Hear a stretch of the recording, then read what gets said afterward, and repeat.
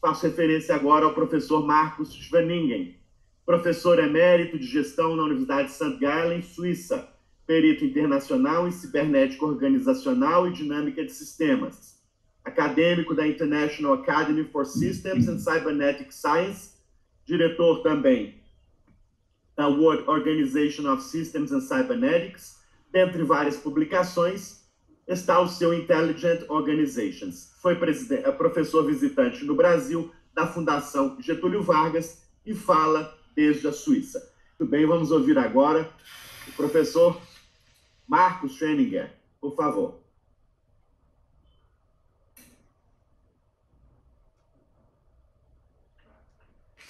A professora Maria José, foi uma experiência gratificante ler seu livro. E você me deu esse livro há 10 anos atrás já, eu li pela primeira vez, agora tem a versão inglesa. Eu li esse livro e eu achei com muito conhecimento, erudito e autoritativo. Eu concordo com você que precisamos desse novo paradigma e, na verdade, esse paradigma já está se anunciando, ele está aparecendo, perceptível e já entrando. E nós precisamos desse paradigma muito, porque a ciência tradicional não é competente para lidar com complexidade. E no mundo cada vez mais complexo, precisamos de uma linguagem para lidar com essa complexidade. Se temos o pensamento sistêmico, temos algo que nos empodera para perceber os fenômenos de forma diferente e até de perceber novos fenômenos. A cibernética é essa teoria de sistemas, muitas vezes se diz a cibersistêmica. A cibersistêmica é especializada em lidar com complexidade. E, bom, é uma ciência formal, e temos outras ciências formais, por exemplo, a matemática, a lógica. Estas são mais precisas do que a cibersistêmica, mas são menos aptas para lidar com complexidade, para o combate da complexidade. Então, eu estaria interessado, tenho uma pergunta. Maria José, como é que você julga o status atual da aplicação do pensamento sistêmico na parte prática, mas e sobretudo na parte de academia, educação, etc. E depois eu quero voltar com o anúncio. Então, bom. Obrigada, professor Marcos. Eu também me lembro muito do encontro que tivemos há 10 anos atrás no 7º Congresso, não foi? 7º Congresso Brasileiro de Ciências, que foi em Franca, né? Quando a gente conversou um pouco e você levou o meu livro dizendo que seria sua leitura de bordo na volta para a Suíça, né? Então, agradeço por estar aqui conosco hoje e agradeço pela sua pergunta, né? Eu acho que eu vou voltar um pouquinho, que eu comecei falando para a Raquel sobre essa questão de adjetivar o pensamento sistêmico como pensamento sistêmico novo paradigmático, né? Eu acho que eu não cheguei ao final. Hoje, felizmente, nós temos muitas propostas de atuação sistêmica no nosso meio, muitas concepções de pensamento sistêmico. Aliás, o adjetivo sistêmico está sendo amplamente usado, né, e abusado hoje em dia, né? Eu escrevi, inclusive, um artigo, Usos Contemporâneos do Adjetivo Sistêmico, né? Eu acho que é para a gente refletir um pouco sobre isso. Então, quando a gente vê o pensamento sistêmico se disseminando, a gente se detém. Como é que é isso? Como é que está está sendo feito em nome do pensamento sistêmico, né? Bom, então agora eu vou fazer uma distinção. Não, terminar. Então aqui nós vemos que hoje nós temos profissionais sistêmicos que já assumiram o pressuposto da complexidade e estão atuando, considerando a complexidade, vendo o mundo como complexo. Outros que já assumiram o pensamento que às vezes é chamado de auto-organizador, ou o pensamento, o reconhecimento de sistemas auto-organizadores, né? Ou sistemas autônomos, e estão reconhecendo a impossibilidade que o mundo é instável, a impossibilidade da previsibilidade e do controle, né? Mas ainda, acredito que ainda são muito poucos. O ciberneticista também austríaco, von Glasersfeld, disse que ainda hoje somos muito poucos os que nos demos conta da revolução que está acontecendo, a revolução científica que está acontecendo, né? E eu acho, ele escreveu isso em 91, e eu acho que hoje, praticamente 30 anos, né? Quase 30 anos depois, a situação não mudou muito. O Bertalanffy, no início do livro dele, ele considera que o adjetivo sistêmico, ou a palavra sistêmico, está no topo da lista das palavras mais usadas no domínio linguístico da ciência, né? Mas como que está sendo usado isso, né? Então, eu acho que ainda somos muito poucos que encaramos esse desafio de rever o nosso pressuposto da objetividade.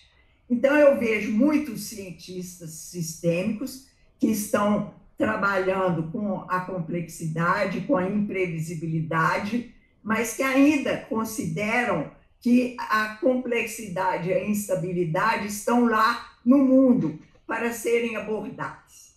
Agora, se ele assumiu radicalmente o novo pressuposto da impossibilidade da objetividade, tanto a complexidade como a instabilidade não estariam no mundo, mas seriam pressupostos derivados da sua visão, da sua forma de ver o mundo, né?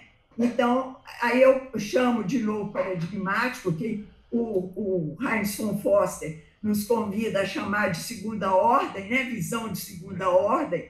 Eu chamo de novo paradigmático esse cientista, esse pensador que assumiu os três pressupostos, inclusive o da impossibilidade da objetividade. Eu espero que, dentro de pouco tempo, a gente não precise mais de adjetivar, que quando a gente falar sistêmico, a gente já sabe que é uma pessoa que assumiu os três novos pressupostos, né? Então, o professor Marcos me pergunta sobre a situação atual no âmbito da aplicação. Então, eu vou também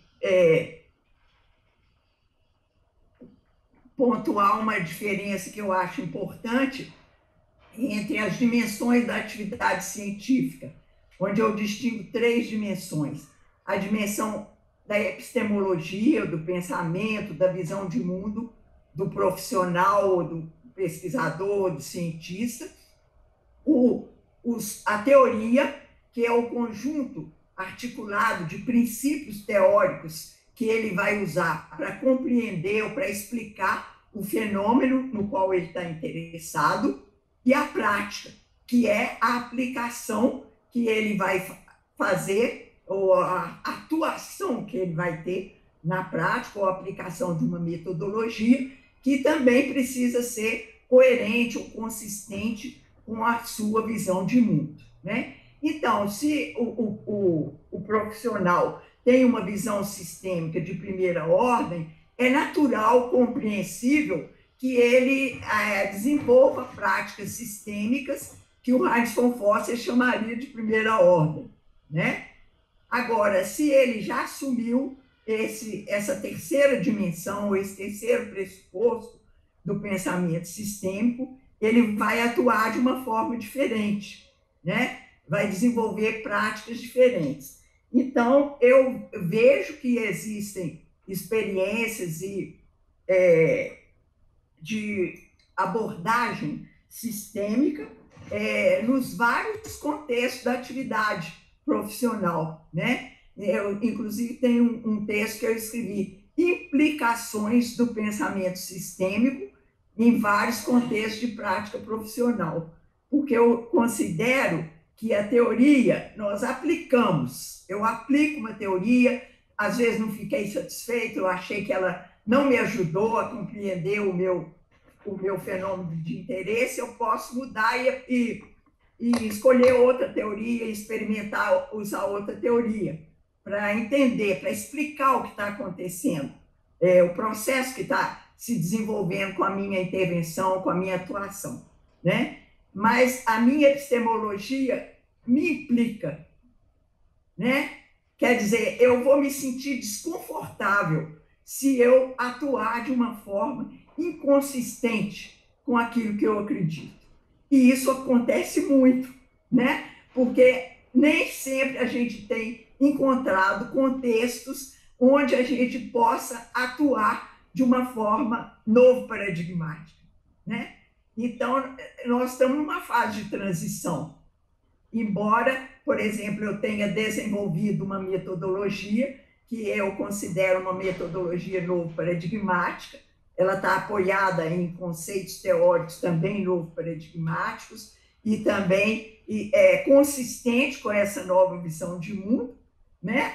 Mas nem sempre a gente encontra muitas dificuldades, porque o mundo ainda pensa tradicionalmente. Eu concordo com Glasserfeld, somos ainda muito poucos que já entendemos toda a extensão da revolução. Ele se refere ao Heinz von Foster, toda a extensão da revolução científica que foi desencadeada pelo Heinz von Foster, né? E eu acrescentaria, também desencadeada pelo biólogo Humberto Maturana. É realmente um convite para uma revisão radical dos nossos pressupostos. Assim eu vejo. Obrigado, Maria José.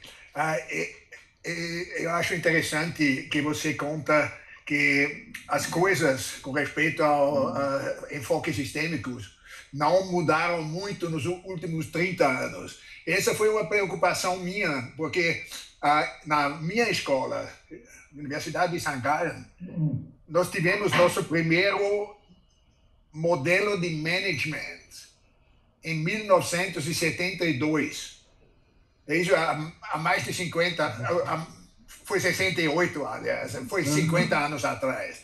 E desde lá seguimos um passo de usar ou de basear a ciência, isto é, ensino, educação e investigação, pesquisa, basear isso no enfoque sistêmico.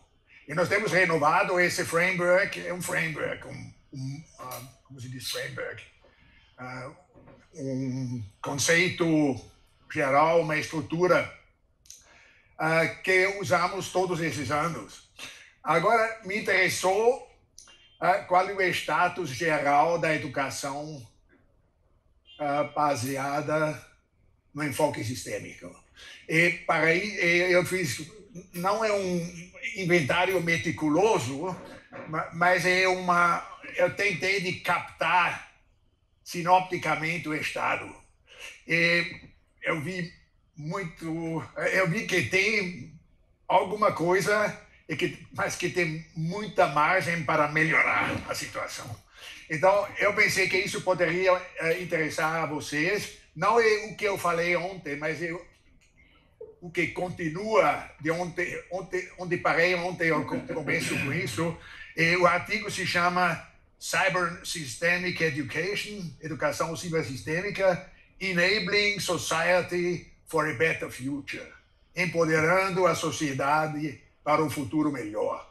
Eu pensei que isso é interessante para muitos de vocês.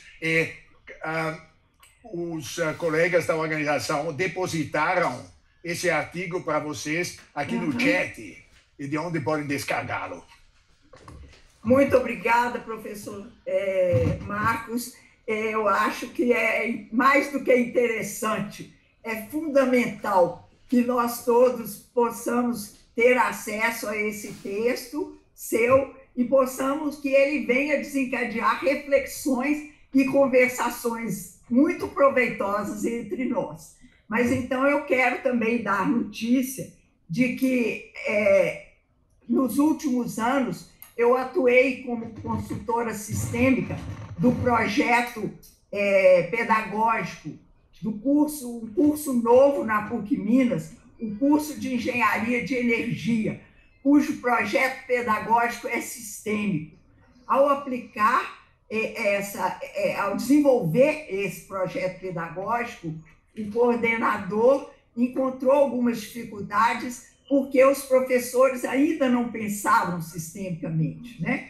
Então, de novo, aquela questão, se eu não mudei a minha forma de ver, eu provavelmente, ou quase seguramente, não vou mudar a minha forma de atuar, né? Eu tenho o prazer de compartilhar também que hoje nós temos aqui conosco 2 professores desse curso de Engenharia de Energia, o professor Mário Neto e a professora Janaína, 2 professores desse curso de Engenharia de Energia.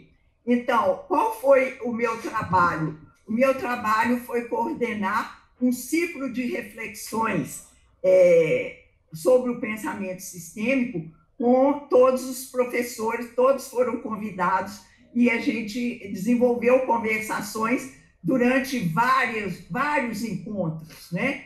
E o produto desse ciclo de reflexões está aqui nesse livro, não sei se dá para vocês verem, Engenharia de Energia da PUC Minas, uma iniciativa audaciosa de ensino, né? Então, o professor Mário Neto está colocando ali, boa lembrança. Então, realmente, é uma experiência exitosa e que eu distingo como sistêmica novo paradigmático, né? Nesse curso, desde o primeiro semestre, os alunos trabalham a partir de questões, de situações problema, né? E a tarefa eles se organizam em equipes e conversam sobre como resolver aquele problema que eles distinguiram no âmbito da ciência da energia, né? No âmbito da energia, e eles vão, ao longo de todo o curso, elaborando esse projeto. E os professores das disciplinas, por exemplo, de cálculo, da física, eles vão para a sala de aula sem saber o que os alunos vão pedir naquele dia, né? Porque os alunos vão pedir o que eles estão precisando para o projeto deles. E cada equipe está desenvolvendo um projeto diferente. Então, o professor vai acompanhar e subsidiar as equipes com os conhecimentos necessários da física, da matemática, do cálculo, etc. Né?